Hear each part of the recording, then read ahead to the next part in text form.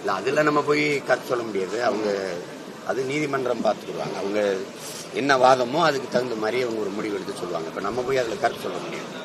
முதல்வர் வந்து ஓய்வு பெற்ற நீதிபதி அருணா ஜெகதீஷன் தலைமையிலான ஒரு குழு அமைப்புன்னு சொல்றாரு. அது போதுமானதா இருக்குங்களா? அதெல்லாம் வந்து இதில் எனக்கு கருத்து வேறு மாறுபட்ட கருத்து. இப்போ தூத்துக்குடி துப்பாக்கி சூட்டில் 2 மாசத்துல நான் முதல்வரான பிறகு நடவடிக்கை எடுப்பேன்னு ஐயா சொன்னது.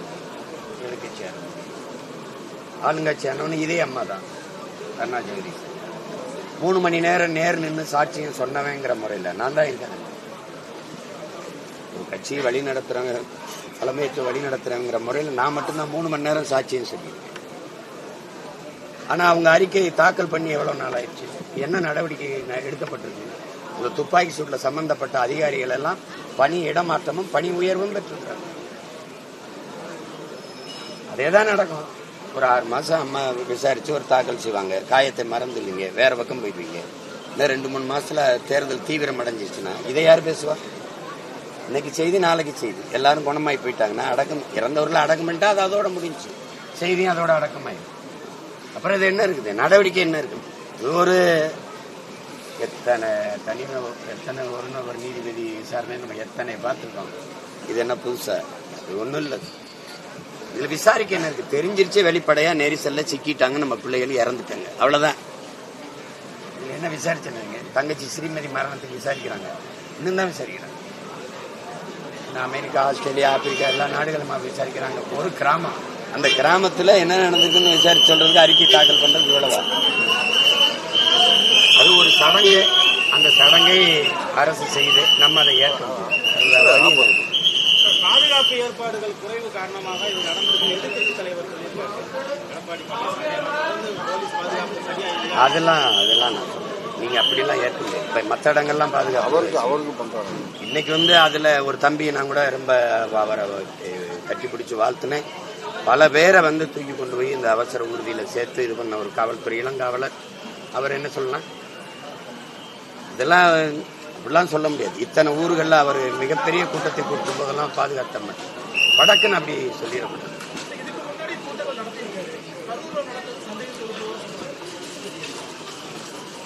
அது சந்தேகம் இருக்குன்னா அந்த சந்தேகத்தை இப்பதான் விசாரிக்கிறாங்கல்ல, தெரிய வந்துடும். நம்ம போய் எல்லாத்துக்கும் கருத்து சொல்லணும்னு சொல்லிட்டு கூடாது.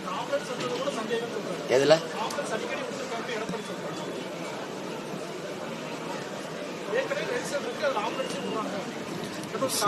எனக்கு சொன்னது என்னன்னா, ஏற்கனவே ஒரு பகுதியில மயங்கி விழுந்த அந்த கூட்டத்தில் வந்த ஒருத்தரை தூக்கிட்டு போன அவசர ஊர்தின்னு தான் எனக்கு சொன்னாங்க. அப்ப அது நம்ம இப்ப எங்க கூட்டங்கள்ல எல்லாம் அவசர ஊர்தி வரும், கோபம் தான் வரும். ஆனாலும் அதை ஒன்றும் பண்ண முடியாது. எங்க பிள்ளைய அழகா விலகி வெளிவிடுவாங்க. நமக்கு இது நடக்கிறது தான். ஆனாலும் அது எல்லாமே சும்மா விடுறாங்கன்னு சொல்ல முடியாது. ஒருவேளை உயிருக்கு ஆபத்தான நிலையில காயம்பட்டவர்கள் இருந்திருந்தா நம்ம ஒன்றும் பண்ண முடியாது.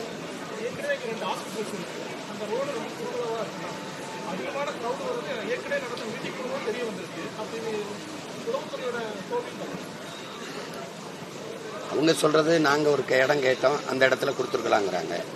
அது இப்ப பார்க்கும்போது கொடுத்துருக்கலாம்னு நமக்கு தோணுது. அவங்க என்ன கணக்குல இந்த இடத்த தேர்வு பண்ணாங்கன்னு தெரியல. அது கேட்டா எதிர்கட்சி தலைவர் ஐயா இங்கதான் கூட்டம் போட்டாங்க, அந்த இடத்தையும் நீங்க பயன்படுத்திக்கிங்கன்னு சொல்றது. இப்ப இந்த மாதிரி இதெல்லாம் இப்போ தம்பிக்கு வந்து இப்ப புதுசு. எனக்கு 15 வருஷமா இந்த அனுபவத்துல நான் ரொம்ப பக்குவப்பட்டு அதான் நடக்கும். எனக்கெல்லாம் எங்க சனம் வராதோ, முட்டு சந்து மூத்திர சந்தும்பாங்க, அங்கதான் கொடுப்பாங்க எனக்கெல்லாம். சரி என்ன பண்றது, இதை கடந்துதான் நம்ம வந்தாக வேண்டியது. இப்ப யாருக்குமே அந்த சூழல்ல என்ன பண்ணோம்னா என்ன செய்யறதுன்னு தெரியாதுல, அந்த பதட்டத்துல ஒரு முடிவு எடுக்கிறதா. இன்ன வரைக்கும் கூட வரல. அவங்க தலைவர்கள் இருக்காங்க, அடுத்த கட்ட 2ஆம் கட்ட தலைவர் இருக்காங்க, அவங்களும் யாரும் ஸ்பாட் இது வரைக்கும் வரவே. இவங்க வந்திருக்கலாமே சார். இது வரைக்கும் நடந்தது எல்லாமே ஒரு திட்டமிட்ட சதி அப்படின்னு தாவேகவர் வந்து நீதிமன்றத்தில் அந்த ஒரு முடிவு வச்சிருக்காங்க. எப்படி பார்க்கணும்? இல்ல திட்டமிட்ட சதின்னா அதை நம்ம வந்து சான்றுகளோட நிரூபிக்கணும். நம்ம பேசும்போது அந்த வலியில வேதனையில ஒரு வார்த்தையை நம்ம சொல்லுவோம். இப்ப அவங்க தரப்புல பார்த்தா அவங்க சொல்றது சரின்னு படும், அரசு தரப்புல வேற ஒரு காரணம் சொல்லுவாங்க. இப்ப இந்த நேரத்துல வந்து அதை விவாதிச்சுக்கிட்டு இருக்கிறது வந்து சரியானதா இருக்காது. ஏன்னா நம்ம 1-2 உயிர் இல்ல 40 உயிர்கிட்ட நம்ம இழந்திருக்கோம். அந்த அவங்க இழந்தவர்கள் குடும்பத்துல ஒருத்தனா நின்னுதான் நீங்க இதை பார்க்கணுமே ஒழிய இது போய் கருத்து பேசிட்டு ஏற்கனவே காயம்பட்டு இவங்க பாரு என்ன பேசிட்டு இருக்காங்க. அந்த சாவு வீட்டில் நின்று பார்த்தீங்கன்னா அந்த சாவு வீட்டில் இருக்கிற ஒரு மகனை நான் பார்த்தா ஐயோ ஐயா என்னையா பேசிட்டு இருக்கீங்கன்னு வரும். அந்த மனநிலையை தான் நீங்கள் இதில் பார்க்கணும். இது வரலாம், தம்பி வரலைனாலும் மற்றவர்களை வருவாங்க, வர சொல்லுவோம். சரி, மற்றவங்களை தம்பி புஷியானந்தையோ ஆதவையோ வந்து பாருங்க ஆறுதல் சொல்லணும்னு சொல்லுவோம். அது செய்வாங்க. அதெல்லாம் அப்படி ஒன்றும் ஒரு பெரிய அரக்கர்கள் ஒன்றும் கிடையாது. நம்ம பிள்ளைங்க தானே வருவாங்க. காவல்துறையோட நிபந்தனைகள் பின்பற்றாதனால தான் இந்த மாதிரி நடந்திருக்கு, விபத்து நடந்திருக்குன்னு சொல்றாங்க. இப்போ காவல்துறை நாங்கள் கொடுத்த சொன்ன விதிமுறைகளை பின்பற்றலை. அவங்க இதில் ஏதோ சதி இருக்கு. இது அல்ல. இப்போ இழப்பு தான். இறந்தவர்கள் தான். இப்போ அந்த துயரத்தில் நம்ம பங்கேற்று துயரத்தில் நிற்கிற அந்த குடும்பத்துக்கு நம்மளால முடிஞ்சா 2 வார்த்தை ஆறுதல் இல்லை அவங்களுக்கு, அதுதான் இப்போ தேவைப்படுது. இதை போய் பேசிட்டு வேண்டியதில்லை. இப்போ நடந்துருச்சு, கேட்டிருந்தா அப்படின்னா கேட்கல, நடந்துருச்சு. இப்போ அதுக்கு போய் என்ன பண்ண முடியும்?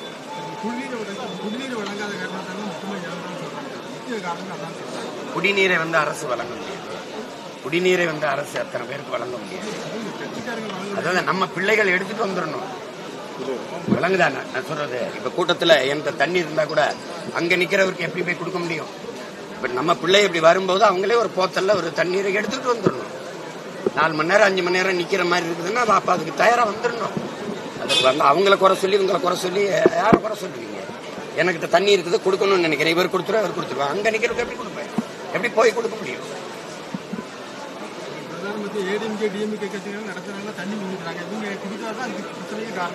சரி, அது ஒரு பிரச்சனை. இப்ப இது ஒரு படிப்பனை ஆயிடுச்சுல. இனி வருங்காலங்கள்ல நம்ம பிள்ளைகளே தண்ணீரோட வந்துடணும். இல்லைன்னா தண்ணிக்கான இந்த வசதியை செய்யணும்.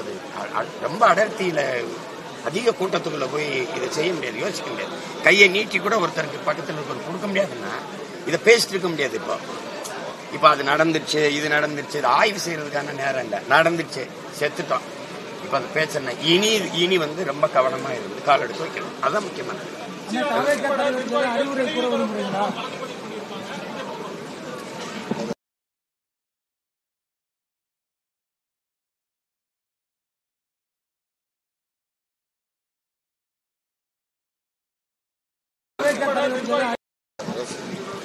இது வழக்கு, அதை எதிர்கொள்ளுவாங்க. அரசு நெரிசல்ல சிக்கிட்டாங்க.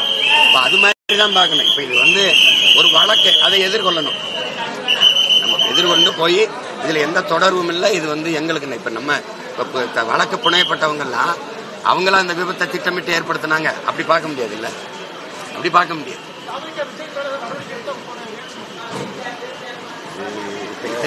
இது என்ன? இது தம்பி மேல நடவடிக்கை எடுத்தா அண்ணனுக்கு என்ன செய்யும்? சந்தோஷமா இருக்குமா? மகிழ்ச்சியா இருக்குமா? வருத்தமா தான் இருக்கும். இது என்ன ஒரு கேள்வி கேட்குறீங்க? அவனுக்கு இது புது வழக்கு. எனக்கு 260 வழக்கு இருக்கு என் மேல. நான் ஏறாத நீதிமன்ற படிக்கட்டுகள் கிடையாது. எனக்கு இது புது சில வழக்கு. அது இல்லைன்னா விடியாது கிழக்குன்னு போவோம், சிறை அதை நிறைன்னு போவோம், தடை அதை உடைன்னு போவோம். எங்களை பயிற்றுவித்த தலைமை அப்படி. உங்களுக்கு புரியுதுன்னு நினைக்கிறேன். தயவு செய்து என்னை கைது பண்ணுங்கன்னா நான் கெஞ்சிருக்கேன்.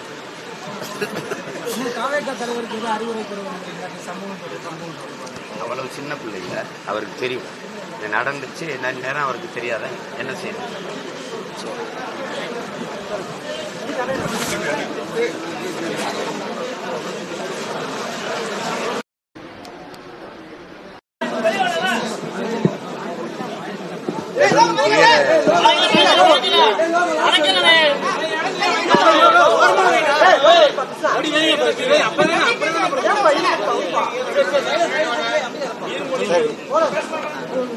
உடைக்க முடியாத பெரும் துயர நிகழ்வு நடந்துவிட்டது. ஏன் நடந்தது, எப்படி நடந்தது, இதெல்லாம் ஆய்வு செய்வதற்கு மீது ஒரு எதிர்பாராத ஒரு விபத்து. இதுல யாரையும் குறை சொல்லி பயனில்லை. குழந்தைகள், கர்ப்பிணி பெண்கள் அவங்களுடைய இறப்பெல்லாம் பார்க்கும்போது ரொம்ப வேதனையா இருக்கு. 39 பேர் இதுவரை உயிரிழந்திருக்காங்க. இன்னும் 2 ரொம்ப மோசமான நிலையில் இருக்கிறாங்க, மருத்துவர் இருக்கிறாங்க. அப்புறம் 61 பேர் காயம். அவங்கள சில பேர் சிறிய காயம்பட்டவர்கள் வீட்டுக்கு சென்றிருக்காங்க, கொஞ்சம் பேர் மருத்துவம் எடுத்துட்டு இருக்காங்க.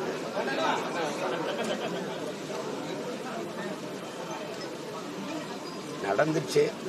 இனி இதெல்லாம் நம்ம எல்லாருக்கும் ஒரு படிப்பினை. இது போன்ற வெறும் துயரங்கள் நிகழாம நம்ம கவனமா இருக்கணும். என்ன சொல்லி இழந்தவர்களின் குடும்பத்துக்கு ஆறுதல் சொல்வதுன்னு தெரியல. மொத்தமாவே இந்த நிகழ்ச்சி இந்த வேதனையான துயர நிகழ்வு எல்லாரையுமே அப்படியே அதிர்ச்சியில உரைய வச்சிருச்சு. உலகெங்கும் இருக்கிற மக்களை, இதை பார்த்த மக்கள் எல்லாரையுமே, யாருக்குமே என்ன சொல்றதுன்னு தெரியல. என்னடா அப்படி ஆயிடுச்சு அப்படிங்கிறது தான். இழந்தவர்கள் இந்த துயரத்திலிருந்து கடந்து வரணும், வேற வழியில். காயம்பட்டவர்கள் விரைவில் குணமாகணும். மருத்துவர்கள் நம்பிக்கையா சொல்றாங்க, நாங்கள் சரியா கவனிச்சுட்டு இருக்கோம், குணமாயிடுவாங்க. அது ஒரு ஆறுதலா இருக்கு நமக்கு அவங்க சொல்றது. பிள்ளைகளை இழந்திருக்கிற குடும்பத்தார் எல்லோருக்கும் என்னுடைய ஆறுதல். குறிப்பா இந்த தமிழக வெற்றி கழகத்தினுடைய துயரம்தான், இதுல இருந்து நம்ம மீண்டு வரணும். அதுக்கு எல்லாம் நம்ம எல்லாமே தயார் செஞ்சுக்கணும். வருங்காலங்களில் இது போன்ற பேரிடர் நிகழாம நம்ம பார்த்துக்கணும். அது நம்ம எல்லாருடைய பொறுப்பு. ஊடகங்களும் நீங்களும் ரொம்ப அதுதான் செய்தி, அதுவே தான் செய்தின்னு நீங்க 24 மணி நேரமும் போடுறது என்ன ஆயிருதுன்னா, ஜல்லிக்கட்டு போராட்டத்தப்ப அதையே காட்டும் போது அங்க போறது ஒரு பெருமைக்குரியதாயிடும், ஒரு பர்சனாலிட்டி ஆக்கிட்டீங்க. அதனால அங்க கணக்கில்லாத கூட்டங்கள். அது மாதிரி தொடர்ந்து காட்டிக்கிட்டே இருக்கும்போது அங்க போகணும் அப்படின்னு ஒரு ஆர்வம், ஒரு பெரிய, அதுவும் ஒரு செய்தி. அப்படிதான் நீங்க காட்டணும். நீங்க 24 மணி நேரம் காலையில இருந்து இரவு வரை அதையே காட்டி காட்டி பண்ணும் போது அது அந்த இடத்துக்கு போகணுங்கிற ஒரு ஆர்வம் எல்லாருக்கும் வரும். சின்ன சின்ன பிள்ளைகள், 1ஆம் ஆண்டு 3ஆம் ஆண்டு படிக்கிற மாணவர்கள், தங்கைகள், 11 வயசு தம்பி, சின்ன பிள்ளைகள்லாம் போய் காயப்பட்டுருக்காங்க. நண்பர்களோட பார்க்கணும்னு போறதுதான். அது போய் கூட்டத்தில் சிக்கி விழுந்தவங்க நெஞ்சில மிதிச்சுட்டாங்க, எந்திரிக்க முடியல, என்னால தூக்கி விடக்கூடாது இல்லை அப்படி அவங்க சொல்லும் போது நமக்கு ரொம்ப கஷ்டமா இருக்கு. எல்லாருமா சேர்ந்து இந்த தவறை செஞ்சுட்டோம். இனி வரும் காலங்களில் மிக கவனமா எல்லாருக்கும் அந்த பொறுப்பு இருக்கு. இப்ப அந்த இழப்பை நீ ஈடு செய்ய முடியாது. பணம் கொடுக்கலாம், நிதி கொடுக்கலாம், அது உயிரை திருப்பி பெற்றுத்தராது. அதனால இப்ப நமக்கு வேற என்ன இருக்குது சொல்லல, ஒண்ணு ஆறுதலா இருங்க, கவலைப்படாதீங்க, அதான் இருக்குது, வேற வார்த்தைகள் இல்லை. நம்ம அதை தான் பதிவு செய்யணும். உயிரிழந்த நம்ம உறவுகளுக்கு எல்லாருக்கும் என்னுடைய இறுதி வணக்கத்தை, கண்ணீர் வணக்கத்தை நான் சேர்க்கிறேன். காயம்பட்டவர்கள் குணமாகணும் அப்படின்னு நான் வேண்டுறேன்.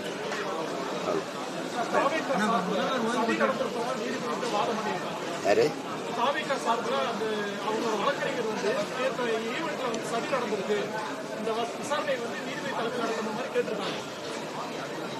அதுல நம்ம போய் கருத்து சொல்ல முடியாது. அவங்க அது நீதிமன்றம் பார்த்துக்குவாங்க. அவங்க என்ன வாதமோ அதுக்கு தகுந்த மாதிரி அவங்க ஒரு முடிவு எடுத்து சொல்லுவாங்க. இப்ப நம்ம போய் அதுல கருத்து சொல்ல முடியாது. முதல்வர் ஓய்வு பெற்ற நீதிபதி அருணா ஜெகதீஷன் தலைமையிலான ஒரு குழு அமைக்கணும்னு சொல்றாரு. அது போதுமானதா இருக்குங்களா? அதெல்லாம் இதுல எனக்கு கருத்து வேற மாறுபட்ட கருத்து. இப்போ தூத்துக்குடி துப்பாக்கி சூட்ல 2 மாசத்துல நான் முதல்வரான பிறகு நடவடிக்கை எடுப்பேன்னு ஐயா சொன்னது. எதிர்கட்சி ஆளுங்கட்சியானவனு இதே அம்மா தான், அருணா ஜெகதீஷ். 3 மணி நேரம் நேர் நின்று சாட்சியம் சொன்னவங்கிற முறையில் நான் தான் இருக்கேன். ஒரு கட்சியை வழி நடத்துறவங்க, தலைமையேற்று வழி நடத்துறவங்கிற முறையில் நான் மட்டும்தான் 3 மணி நேரம் சாட்சியம் சொல்லியிருக்கேன். ஆனா அவங்க அறிக்கையை தாக்கல் பண்ணி எவ்வளவு நாள் ஆயிடுச்சு, என்ன நடவடிக்கை எடுக்கப்பட்டிருக்கு? இந்த துப்பாக்கி சூட்ல சம்பந்தப்பட்ட அதிகாரிகள் எல்லாம் பணி இடமாற்றமும் பணி உயர்வும் பெற்றிருக்காங்க. அதேதான் நடக்கும். ஒரு 6 மாசம் அம்மா விசாரிச்சு ஒரு தாக்கல் செய்வாங்க, காயத்தை மறந்துடுவீங்க, வேற பக்கம் போயிடுவீங்க. இந்த 2-3 மாசத்துல தேர்தல் தீவிரம் அடைஞ்சிச்சுன்னா இதை யார் பேசுவா? இன்னைக்கு செய்தி நாளைக்கு செய்தி, எல்லாரும் குணமாயி போயிட்டாங்கன்னா அடக்கம், இறந்தவர்கள் அடக்கம் பண்ணிட்டா அது அதோட முடிஞ்சு, செய்தியும் அதோட அடக்கமாயிடும். அப்புறம் இது என்ன இருக்குது, நடவடிக்கை என்ன இருக்குது? ஒரு எத்தனை ஒரு நீதிபதி விசாரணை நம்ம எத்தனை பார்த்துருக்கோம். இது என்ன புதுசா? அது ஒன்றும் இல்லை. இதுல விசாரிக்க என்ன இருக்கு? தெரிஞ்சிருச்சு, வெளிப்படையா நெரிசல்ல சிக்கிட்டாங்க, நம்ம பிள்ளைகள் இறந்துட்டாங்க, அவ்வளவுதான். என்ன விசாரிச்சுங்க? தங்கச்சி ஸ்ரீமதி மரணத்துக்கு விசாரிக்கிறாங்க, இன்னும் தான் விசாரிக்கிறாங்க. அமெரிக்கா, ஆஸ்திரேலியா, ஆப்பிரிக்கா எல்லா நாடுகளுமா விசாரிக்கிறாங்க. ஒரு கிராமம், அந்த கிராமத்தில் என்ன நடந்திருக்குன்னு விசாரிச்சு சொல்றதுக்கு அறிக்கை தாக்கல் பண்றது இவ்வளவா? அது ஒரு சடங்கு, அந்த சடங்கை அரசு செய்து நம்ம அதை ஏற்கணும். பாதுகாப்பு ஏற்பாடுகள் குறைவு காரணமாக இது நடந்திருக்கு. எதிர்க்கட்சி தலைவர் எடப்பாடி போலீஸ் பாதுகாப்பு சரியா இல்லையா? அதெல்லாம் நான் சொல்றேன். நீங்க அப்படிலாம் ஏற்கனவே இப்ப மற்ற இடங்கள்லாம் பாதுகாப்பு அவருக்கு பண்றாங்க. இன்னைக்கு அதுல ஒரு தம்பியை நான் கூட ரொம்ப அவரை கட்டி பிடிச்சி வாழ்த்துனேன். பல பேரை தூக்கி கொண்டு போய் இந்த அவசர ஊர்தியில சேர்த்து இது பண்ண ஒரு காவல்துறை இளங்காவலர். அவர் என்ன சொல்லலாம்? இதெல்லாம் அப்படிலாம் சொல்ல முடியாது. இத்தனை ஊர்கள்ல அவர் மிகப்பெரிய கூட்டத்தை கூட்டும் போதெல்லாம் பாதுகாத்த மாட்டேன். வடக்குன்னு அப்படி சொல்லிட மாட்டேன்.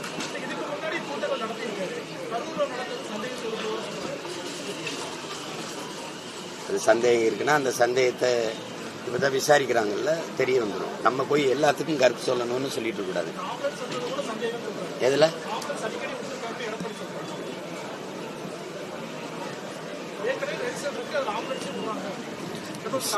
எனக்கு சொன்னது என்னன்னா, ஏற்கனவே ஒரு பகுதியில் மயங்கி விழுந்த அந்த கூட்டத்தில் வந்த ஒருத்தரை தூக்கிட்டு போன அவசர ஊர்தின்னு தான் எனக்கு சொன்னாங்க. அப்ப அது நம்ம இப்ப எங்க கூட்டங்கள்ல எல்லாம் அவசர ஊர்தி வரும், கோபம் தான் வரும். ஆனாலும் அதை ஒன்றும் பண்ண முடியாது. எங்க பிள்ளைய அழகா விலகி வெளிவிடுவாங்க. நமக்கு இது நடக்கிறது தான். ஆனாலும் அது எல்லாமே சும்மா விடுறாங்கன்னு சொல்ல முடியாது. ஒருவேளை உயிருக்கு ஆபத்தான நிலையில காயம்பட்டவர்கள் இருந்திருந்தா நம்ம ஒன்றும் பண்ண முடியாது.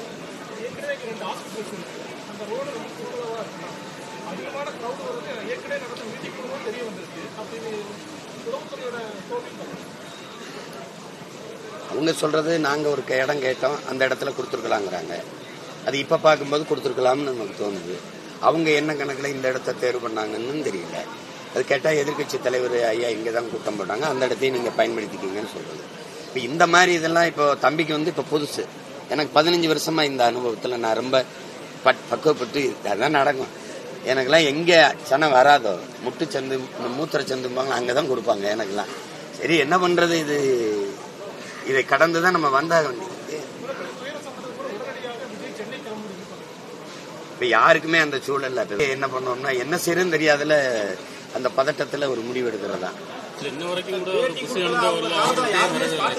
அவங்க தலைவர்கள் இருக்காங்க, அடுத்த கட்ட 2ஆம் கட்ட தலைவர் இருக்காங்க, அவங்களும் யாரும் இவங்க வந்திருக்கலாமே சார். இது வரைக்கும் நடந்தது எல்லாமே ஒரு திட்டமிட்ட சதி அப்படின்னு நீதிமன்றத்தில் அந்த ஒரு முறையில் வச்சிருக்காங்க. எப்படி பார்க்கணும்?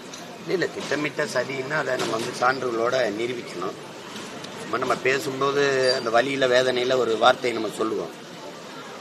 இப்ப அவங்க தரப்புல பார்த்தா அவங்க சொல்றது சரின்னு படும், அரசு தரப்புல வேற ஒரு காரணம் சொல்லுவாங்க. இப்ப இந்த நேரத்துல அதை விவாதிச்சுக்கிட்டு இருக்கிறது சரியானதா இருக்காது. ஏன்னா நம்ம 1-2 உயிர் இல்ல 40 உயிர்கிட்ட நம்ம இழந்திருக்கோம். அந்த அவங்க இழந்தவர்கள் குடும்பத்துல ஒருத்தனா நின்னுதான் நீங்க இதை பார்க்கணுமே ஒழிய இதை போய் கருத்து பேசிட்டு ஏற்கனவே காயம்பட்டு இவங்க பாரு என்ன பேசிட்டு வாங்க. அந்த சாவு வீட்டுல நின்று பாத்தீங்கன்னா அந்த சாவு வீட்டுல இருக்கிற ஒரு மகனை நான் பார்த்தா ஐயோ ஐயா என்னையா பேசிட்டு இருக்கீங்கன்னு வரும். அந்த மனநிலையை தான் நீங்க இதுல பார்க்கணும். இது வரலாம், தம்பி வரலைனாலும் மற்றவர்களை வருவாங்க, வர சொல்லுவோம். சரி மற்றவங்களை தம்பி புஷியானந்தையோ ஆதவையோ வந்து பாருங்க ஆறுதல் சொல்லுங்க சொல்லுவோம், அது செய்வாங்க. அதெல்லாம் அப்படி ஒன்றும் ஒரு பெரிய அரக்கர்கள் ஒன்றும் கிடையாது, நம்ம பிள்ளைங்க தானே வருவாங்க. காவல்துறையோட நிபந்தனைகள் பின்பற்றாதனாலதான் இந்த மாதிரி நடந்திருக்கு, விபத்து நடந்திருக்குன்னு சொல்றாங்க. இப்ப காவல்துறை நாங்க சொன்ன விதிமுறைகளை பின்பற்றலாம். அவங்க இதுல ஏதோ சதி இருக்கு. இது அல்ல. இப்ப இழப்பு தான், இறந்தவர்கள் தான். இப்ப அந்த துயரத்துல நம்ம பங்கேற்று துயரத்துல நிக்கிற அந்த குடும்பத்துக்கு நம்மளால முடிஞ்சா 2 வார்த்தை ஆறுதல் இல்ல அவங்களுக்கு, அதுதான் இப்ப தேவைப்படுது. இதை போய் பேசிட்டு இருக்க வேண்டியதில்லை. இப்ப நடந்துருச்சு, கேட்டிருந்தா அப்படின்னா கேட்கல, நடந்துருச்சு. இப்ப அதுக்கு போய் என்ன பண்ண முடியும்?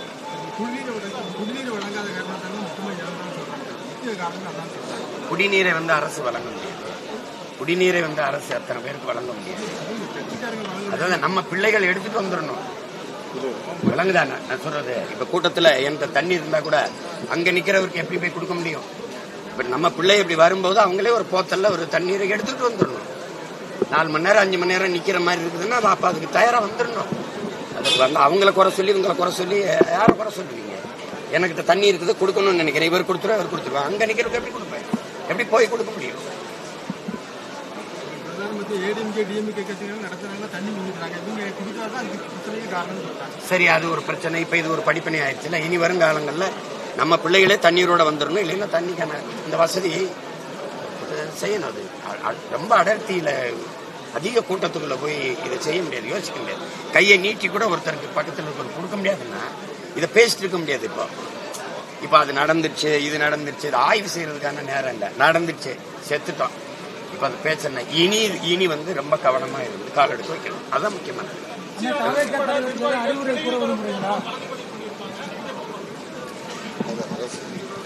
இது வழக்கு, அதை எதிர்கொள்ளுவாங்க. அரசு நெரிசல்ல சிக்கிட்டாங்க.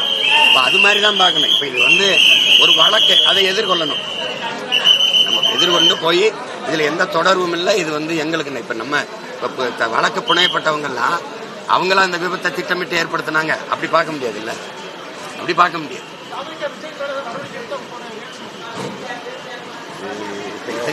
இது என்ன, இது தம்பி மேல நடவடிக்கை எடுத்தா அண்ணனுக்கு என்ன செய்யும்? சந்தோஷமா இருக்குமா, மகிழ்ச்சியா இருக்குமா, வருத்தமா தான் இருக்கும்.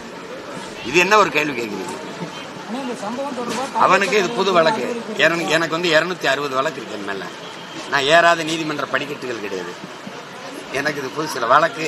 அது இல்லைன்னா விடியாது கிழக்குன்னு போவோம், சிறை அதை நிறைன்னு போவோம், தடை அதை உடைன்னு போவோம். எங்களை பயிற்றுவித்த தலைமை அப்படி. உங்க புரியுதுன்னு நினைக்கிறேன். தயவு செய்து என்னை கைது பண்ணுங்கன்னா நான் கெஞ்சிருக்கேன்.